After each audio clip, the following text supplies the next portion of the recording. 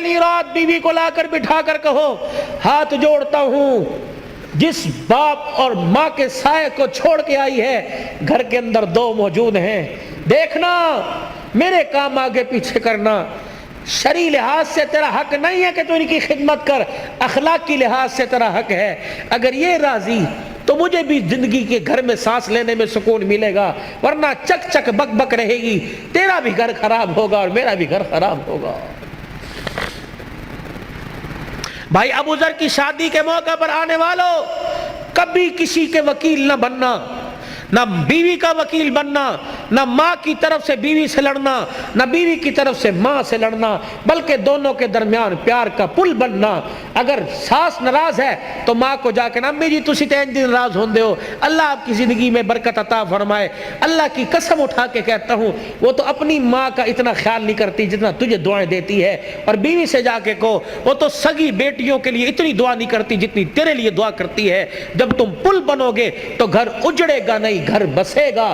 بہن اور بھابھی کے درمیان پل بننا ہے، دیور جیٹ اور ان کے درمیان پل بننا ہے، تم پل بنو، تم وکیل بنتے ہو، جب وکیل بنیں گے تو گھر بستے نہیں، گھر اجڑتے ہیں۔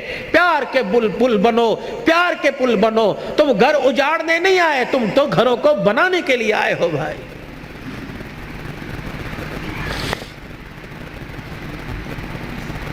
بنیادی غلطی نوجوان یہ کر رہا، ابھی بیوی کو آئے 2 گھنٹے گھر میں نہیں ہوئے تو گھر کے سارے راز اس کی جھولی کے اندر ڈال دیے، پائی انج کر دے، اے انج کر دی، انج کر دی، چلو صبح سے بیڑا گھر کا شروع ہو۔ پہلا بول دو، اس گھر میں آئی ہے، اس سینے میں جہاں تو نے دل کو رکھ رکھا ہے اس دل کے ساتھ ایک چھوٹا سا قبرستان بنا لے، اس لیے کہ وہاں کی باتیں بھی دفن کر دے اور یہاں کی باتیں بھی دفن کر دے، وہاں جایا کر تو یہاں کی باتوں کو دفن کر کر، وہاں سے آیا کر تو وہاں کی باتوں کو دفن کر کے آیا کر، ہو تو۔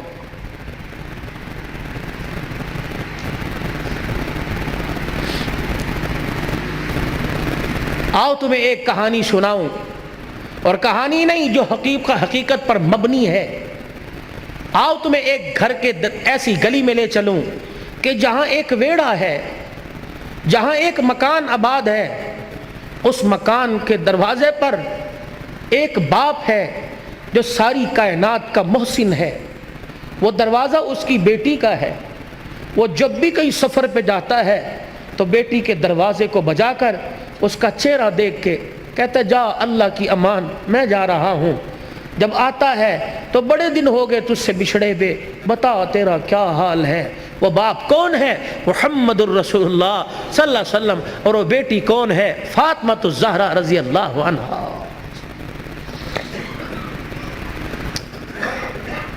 شادی کرنے سے پہلے سیرت پڑھو، سیرت فاطمہ پڑھو، میرے نبی اور نبی کی گھر والی سیدہ عائشہ کی مبارک زندگی پڑھو۔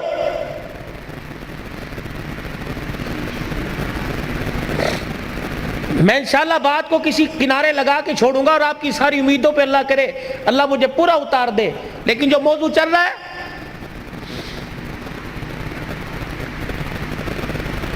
شادی ہوتے ہی اوقات دکھانی شروع کر دیتے، شادی ہوتے ہی گلی کے کتے کو کر کے اس طرح کرتے ہو، گھر میں آتے ہو پتہ نہیں کیا ہو جاتا ہے، پتہ نہیں کون سا زبان پر گندگی کا جانور باندھ کے لاتے ہیں، گھر میں آتے ہی دے مار 4:30، اس کو گالی، اس کو گالی، اس کو گالی، لائٹ چلی گئی بیوی کو گالی مل رہی ہے، فریج کا پانی ٹھنڈا نہ ہوا بیٹی کو گالی دینا شروع کر دی، سالن مرضی کے مطابق نہ پڑا لات مار کے بہن کو گالی دینا۔ یہ کوئی انسانیت ہے؟ صبح سے لے کر شام تک دکان پہ بیٹھا رہا، 5 روپے سے لے کر 500 روپے والے گاہک کو ہنس ہنس کے باتیں کرتا رہا، اور گھر میں آیا پتہ نہیں تو انسان ہی نہ بنا۔